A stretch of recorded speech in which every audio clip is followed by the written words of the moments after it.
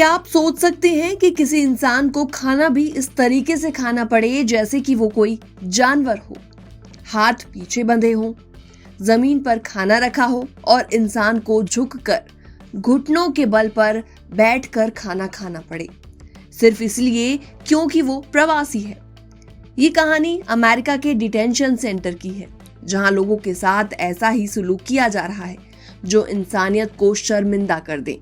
America के Florida में मौजूद 3 detention centre, Chrome north processing centre, federal detention centre और ब्रोवार्ड ट्रांजिशनल सेंटर में जो हालात हैं, उन्हें सुनकर आप भी हैरानी में पड़ जाएंगे।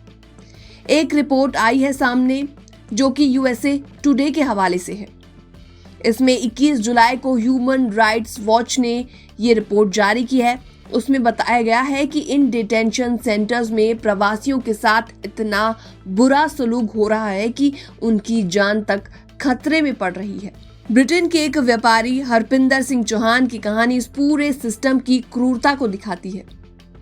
हरपिंदर सिंह चौहान 2016 में अमेरिका गए थे E2 इन्वेस्टर वीजा पर और वहां बिजनेस शुरू किया, लेकिन एक फ्रेंचाइजी बंद हो गई और इसके बाद उन्हें टैक्स से जुड़ी दिक्कतों में फंसा दिया गया।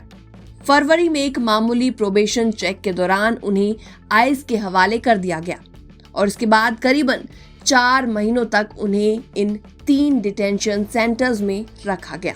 क्रोम फैसिलिटी में उन्हें ना बिस्तर मिला, ना कंबल मिला।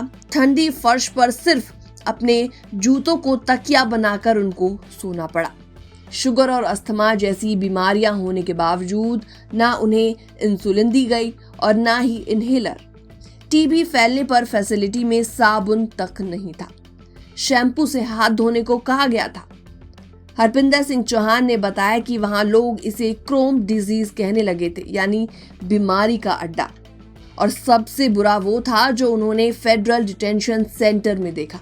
एक दिन उन्हें दिन भर खाना नहीं मिला और जब मिला तब हाथ कमर से बंधे हुए थे, तो उन्हें घुटने के बल झुककर अपने मुंह से खाना खाना पड़ा, जैसे कोई कुत्ता खाना खाता है। ह्यूमन राइट्स वॉच की रिपोर्ट में बताया गया है कि लोगों को पीटा गया, विरोध करने पर सॉलिटरी कन्फाइनमेंट यानी कि अकेली कोठरी में डाल दिया गया। औरतों को ऐसी जगह पर रखा गया जहां ना प्राइवेसी थी और ना जरूरी सुविधाएं। ब्रोवार्ड डिटेंशन सेंटर में तो चौहान बेहोश तक हो गए थे। हीट और बिना दवाइयों के हालत उनकी काफी ज्यादा बिगड़ गई थी। वहीं एक 44 साल की हैती मूल की महिला की मेडिकल इमरजेंसी को भी नजरअंदाज किया गया और उसकी वहीं मौत हो गई। एनजीओ हैथियन ब्रिज अलायंस ने इसे रोकने लायक मौत बताया और कहा कि हम जवाबदेही की मांग करते हैं। और जब यूएसए टुडे ने सरकार से पूछा तो आइस और डिपार्टमेंट ऑफ होमलैंड सिक्योरिटी ने सारे आरोपों को फर्जी बता दिया और कहा कि सभी कैदियों को खाना, मेडिकल और सुविधाएं मिलती हैं। लेकिन ह्यूमन राइट्स वॉच का कहना है कि हालात लगातार बिगड़ रही हैं।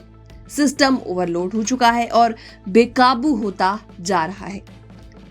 आज हरपिंदर सिंह चौहान अपने देश यूके लौट चुके हैं, लेकिन उनका दिल अभी भी अमेरिका में है। उनका कहना है कि हर देश एक अंधेरे दौर से गुजरता है।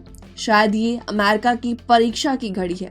ये रिपोर्ट यूएसए टुडे के हवाले से है, जिन्होंने इस दर्दनाक हकीकतों को सामने लाने में अहम भूमिका निभाई है। ऐसे में सवाल उठता है कि क्या अमेरिका जैसे देश में प्रवासियों के साथ ऐसा सलूक होना जायज है? क्या इंसानियत का यही स्तर बचा है? सोचकर बताइएगा। इस कमेंट सेक्शन में आप अपने विचार रख सकते हैं। बाकी तमाम अपडेट्स के लिए बने रहिए एनबीटी इंटरनेशनल के साथ।